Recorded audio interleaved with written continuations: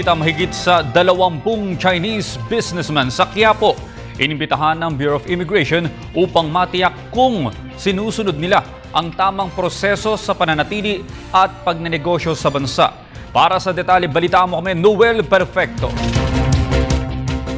Inimbitahan ng Bureau of Immigration sa pangunguna ni Attorney Joe Carlos Licas, Chief ng Intelligence Division ng Immigration Bureau, ang kulang sa 20 mga store owners sa Manila City Plaza 11 ng umaga ngayong araw na ito.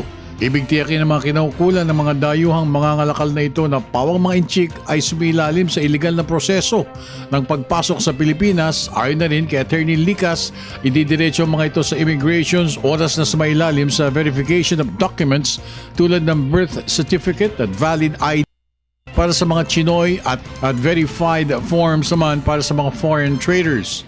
Isa sa ilalim sa court proceedings at inquest procedures ang mga mapapatunayang lumabag sa batas at bilang parusa ay haharapin nila ang proper charges ng kumpanyang ito ng immigration. Ang kampanyang Bad Guys Out, Good Guys In sa pakikipagtulungan ng Philippine National Police o PNP, nagpakita naman ng suporta ang building administrator ng Carriedo Center na si Liza Can, bagamat inamin nitong nakakantala ang operasyon na nagaganap sa negosyo.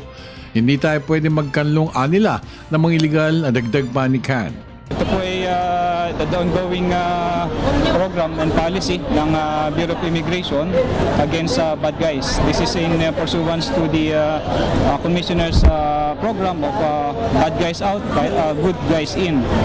They will be invited for verification lang naman. Yes po. Their respective immigration status will be checked in our office, and if they violated any immigration laws, then proper charges will be filed against them, and eventually they will be deported. Sa darating ng mga araw ay patuloy pang kampanya Bad Guys In and Bad Guys Out ng Bureau of Immigration. Para sa Telebisyon ng Bayan, ako naman sa Noel Perfecto.